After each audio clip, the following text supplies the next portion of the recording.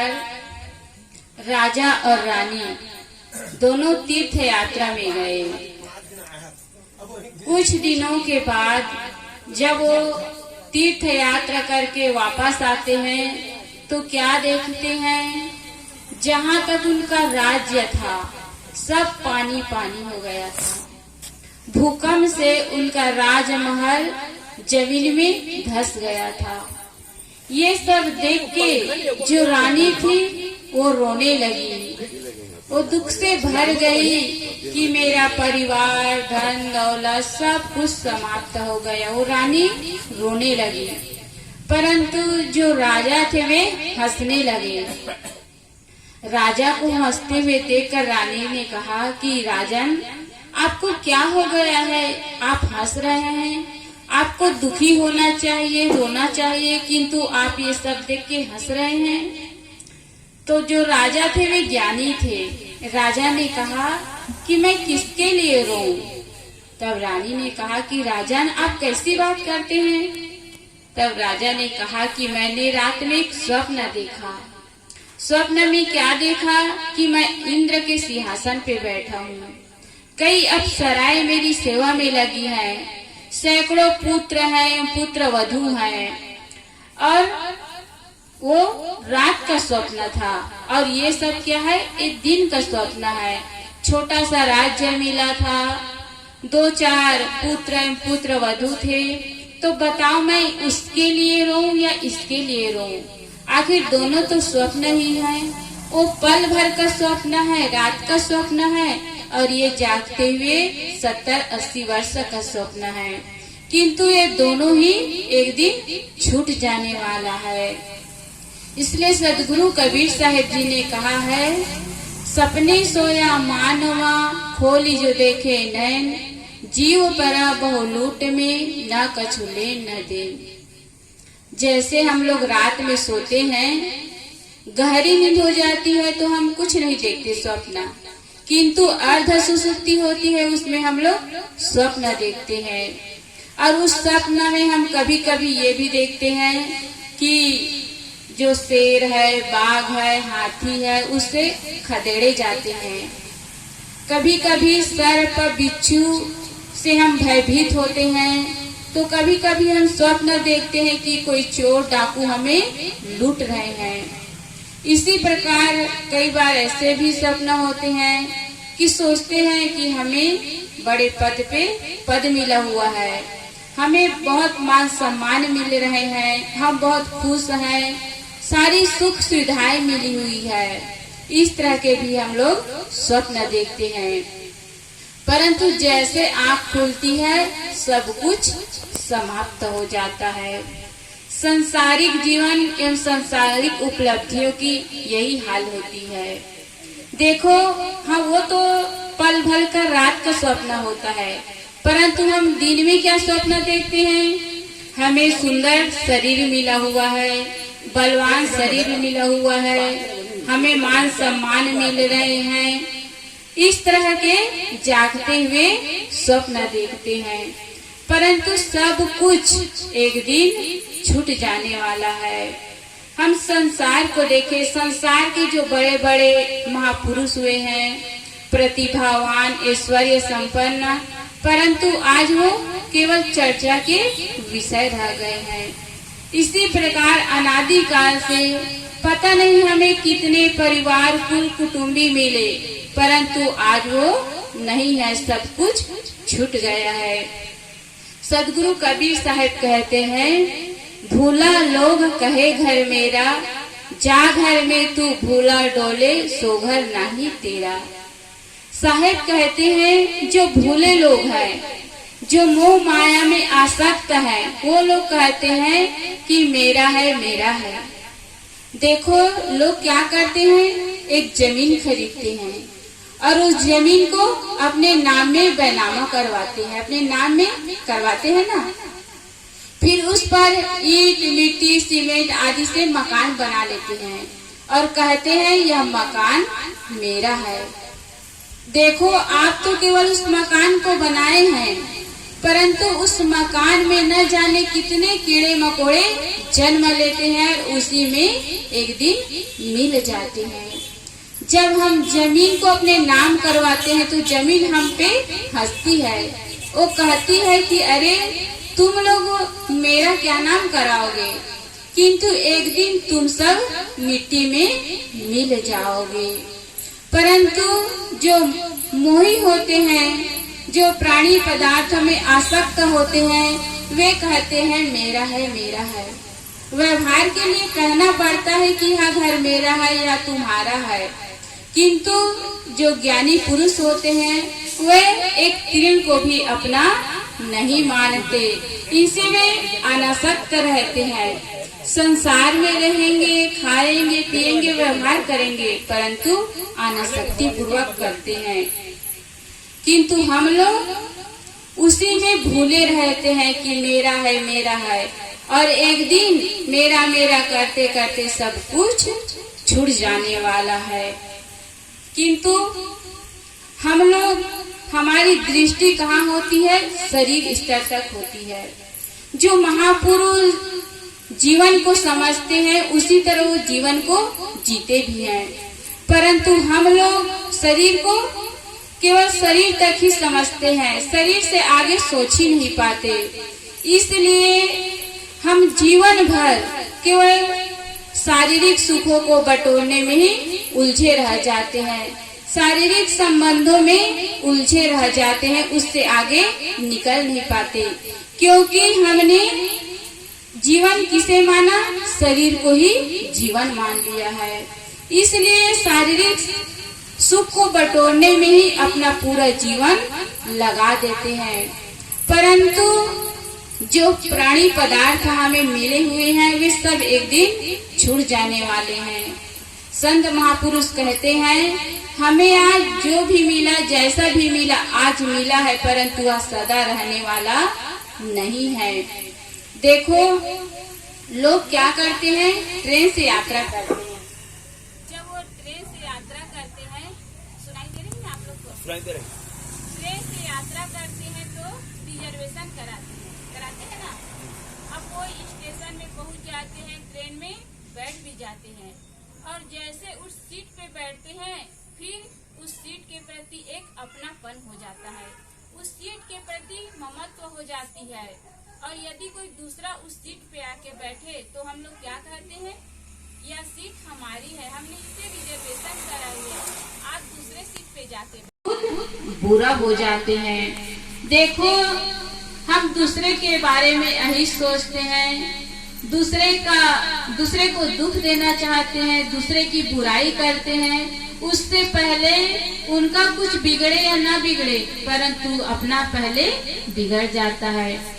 यदि हम दूसरे की बुराई सोचते हैं तो उससे पहले हम लोग क्या करते हैं, पहले अपना मन खराब करते हैं।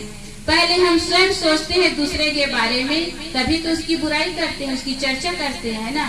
हम दूसरे को सुधारना चाहते हैं, किंतु अपने आप को सुधारना नहीं चाहते, और एक दिन हम दूसरों को सुधारने के चक्कर में, दूसरे की बुराई करने के चक्कर में खुद एक दिन बुरा हो जाते हैं। आज लोग क्या करते हैं, अपने लिए स्वर्ग चाहते हैं, अपने लिए फूल चाहते हैं, अपने लिए स्वर्ग चाहते हैं। संत महात्मा कहते हैं वे चाहना का त्याग नहीं करते, चाहो जितना चाहना है वो चाहो, किंतु सबके लिए चाहो, केवल अपने लिए नहीं, किंतु सबके लिए सुख चाहो, सबके लिए स्वर्ग चाहो, सबके लिए फूल चाहो। क्योंकि यदि मांगना ही है तो फिर कंजूसी क्यों, उदार बनो, सबके लिए मांगो। संत महापुरुषों ने कहा है ना, सर्वे भवन्तु सुखिना, जियो और जीने दो। तो हम चाहना का त्याग न करें, चाहे किंतु सबके लिए चाहे। परंतु आज हम लोग क्या करते हैं, अपने लिए स्वर्ग चाहते हैं और पड़ोसी के लिए क्या चाहते हैं, पड़ोसी के लिए नरक चाहते हैं। अपने लिए फूल और पड़ोसी के लिए कांटे, है कि नहीं? सही बात है।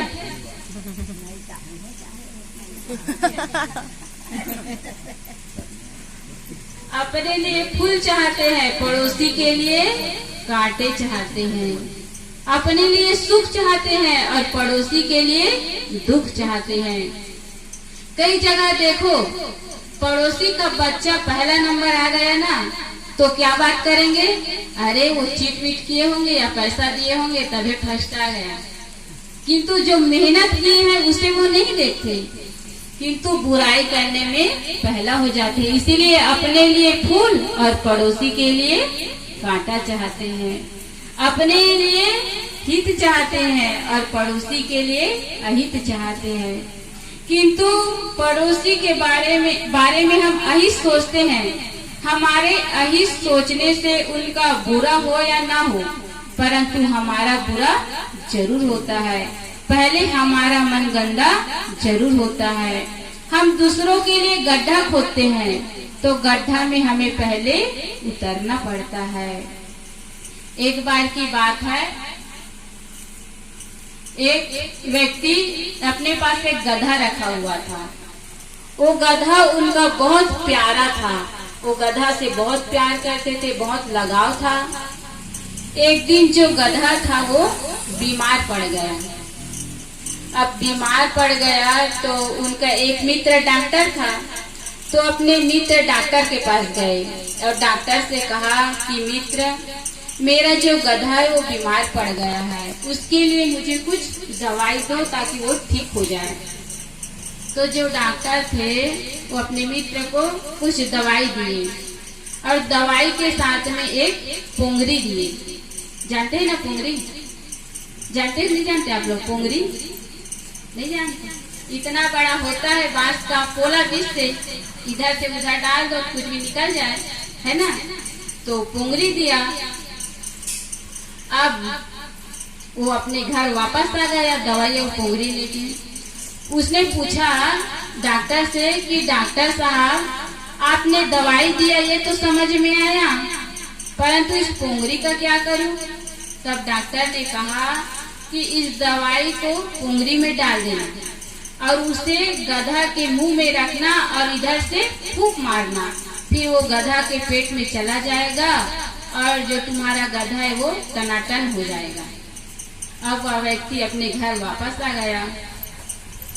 1 घंटा नहीं हुआ होगा कि वापस वो दौड़ते दौड़ते डॉक्टर के पास आ गया और डॉक्टर के पास आया और उसका गला पकड़ लिया। डॉक्टर ने कहा कि अरे मित्र, तुम क्या कर रहे हो? मेरे बचपन के मित्र हो, अरे क्या कर रहे हो?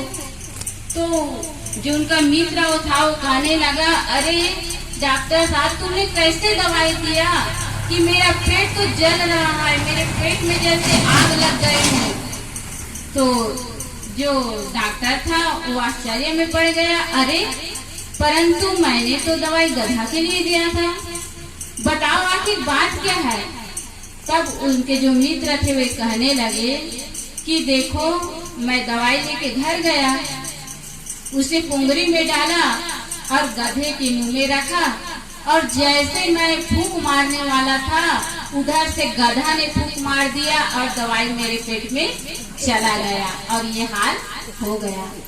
तो कभी कभी ऐसा होता है, कभी कभी क्या अक्सर ऐसा होता है, अक्सर क्या कहे सदा ही ऐसा होता है। यदि हम दूसरे का अहित करेंगे, दूसरे के बारे में बुरा सोचेंगे तो एक दिन हमारा बुरा जरूर होगा, हमारा अहित जरूर होगा। इसलिए हमें चाहिए हम किसी के बारे में बुरा ना सोचें, किसी का अहित ना करें, किंतु सबके बारे में अच्छा सोचें, सबके लिए अच्छा काम करें। हमें चाहिए हम अपने कर्मों को सुधारें, अपने कर्म को अच्छा बनाएं। यदि हमारा कर्म अच्छा होगा तो हमारा जीवन भी अच्छा होगा। यदि हमारे जो कर्म बिगड़ गए तो समझो हमारा पूरा जीवन बिगड़ गया। तो हम सबको अच्छा कर्म करना चाहिए, परंतु लोग कभी कभी समझ नहीं पाते, इस जीवन के मूल्य को समझ नहीं पाते। वे केवल शरीर स्तर पर जीवन जीते हैं, शरीर स्तर पर क्योंकि उन्होंने शरीर स्तर को ही अपना पूरा जीवन मान लिया है। वे केवल कुटुंबी परिवार बस इन्हीं के लिए अपना पूरा जीवन लगा देते हैं। वे अपने लिए समय ही नहीं निकाल पाते। क्यों नहीं निकाल पाते? क्योंकि उन्होंने केवल परिवार के लिए, अपने जीवन, अपने शरीर के लिए काम करते हैं और आत्मा को जानते नहीं, अपने जीवन के कल्याण के बारे में भी जानते नहीं, तो भला अपने आत्म कल्याण के लिए, अपने आपके स्वयं के कल्याण के लिए वे समय कहाँ निकालेंगे? किंतु हम लोग संसार में देखते हैं कितने लोग हैं जिसे कहो कि अरे भैया सत्संग में चलो, संत महात्मा आए हैं, बताओ यहाँ इस गांव में क्या इतने लोग हैं? इसी जगह यदि कोई फिल्मी वाले आ जाए, कोई नाच गान करने वाले आ जाए, कोई जादूगर आ जाए, तो बुलाने की जरूरत नहीं पड़ेगी। इतनी भीड़ हो जाएगी कि पैर रखने के लिए जगह नहीं मिलेगा, है कि नहीं? किंतु सत्संग हो रहा है, देखो यहाँ गद्दे लगाए हैं, मस्त बैठने की व्यवस्था, सब व्यवस्था किए हैं, किंतु इसके लिए क्या कहते हैं? अरे हमें तो वो लोग बुलाए नहीं तो उनके घर कैसे जाएंगे? कहते कि नहीं कहते हैं? लेकिन नाच गान के लिए कहते हैं? कोई नहीं कहते, उसके लिए सब लोग चले जाते हैं। तो जो सत्संग है उसकी महत्व को लोग जानते ही नहीं, तो फिर वो कहाँ से आएंगे? देखो अपने घर परिवार के लिए हम 24 घंटा कमाते हैं, 24 घंटा निकाल देते हैं, लेकिन अपने लिए एक पल भी नहीं निकाल पाते। किंतु हमें अपने आप के लिए भी थोड़ा समय निकालना चाहिए। हमें सत्संग में जाना चाहिए, संत महात्मा का संग करना चाहिए, क्योंकि हम सत्संग में जाएंगे, संत महात्मा के पास बैठेंगे, तभी हमें पता चलेगा कि हमें यह जीवन क्यों मिला हुआ है और इस जीवन को पाके हमें क्या करना है, क्या नहीं करना है। ये हमें संत महात्मा के पास जाते हैं तब पता चलता है मैं कौन हूँ, यह जीवन क्या है, ये सब हमें संत महात्मा के पास जाएंगे तभी पता चलेगा। संत महात्मा हमें जीवन जीने की अच्छी अच्छी बातें बताते हैं, जीवन जीने की कला सिखाते हैं, किंतु हम लोग सत्संग में जाएंगे ही नहीं तो फिर हमारा सुधार भी होने वाला नहीं है। तो सदगुरु कबीर साहब जी ने कहा है, सपने सोया मानवा खोली जो देखे नैन, जीव पड़ा बहु लूट में न कछुले न गिन।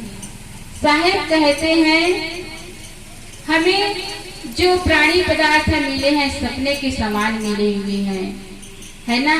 रात में स्वप्न देखते हैं या और ये जो है क्या है, वो दिन का स्वप्न है। जागते हुए स्वप्न देख रहे हैं कि हमें सुंदर शरीर मिला, बलवान शरीर मिला, पद प्रतिष्ठा मान सम्मान मिला, ये क्या है? जागते हुए देख रहे हैं।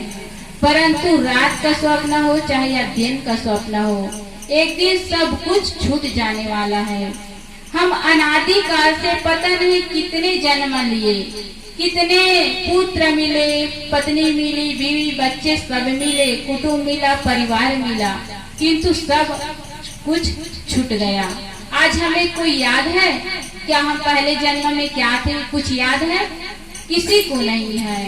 तो सब कुछ एक दिन छूट जाने वाला है और हमारे साथ वही जाएगा जो हमने अच्छा कर्म किए हैं, जो धर्म पुण्य का काम किए हैं, परोपकार का काम किए हैं, वही हमारे साथ जाने वाला है। इसलिए हम लोगों को चाहिए, हमें यह सुंदर मानव जीवन मिला हुआ है, इसे पाकर हमें चाहिए हम अपने जिन लोगों के साथ रहते हैं, जिस परिवार में, जिस समाज में रहते हैं, आपस में प्रेम से रहें, एक दूसरे के प्रति सहानुभूति की भावना हो, एक दूसरे के लिए सम्मान की भावना हो, आदर की भावना हो। और यदि हम चाहते हैं हमारा जीवन, हमारा घर परिवार सुखी हो, संपन्न हो, खुशियां हो, तो हम सबको चाहिए एक दूसरे के प्रति प्रेम की भावना होनी चाहिए, एक दूसरे के लिए त्याग की भावना होनी चाहिए। तभी हमारा जीवन, हमारा घर परिवार सुंदर हो सकता है, सुखमय हो सकता है, आनंदमय हो सकता है। बस इन्हीं शब्दों के साथ मैं अपने वाणी को विराम करती हूँ। बोलिए सद्गुरुदेव की।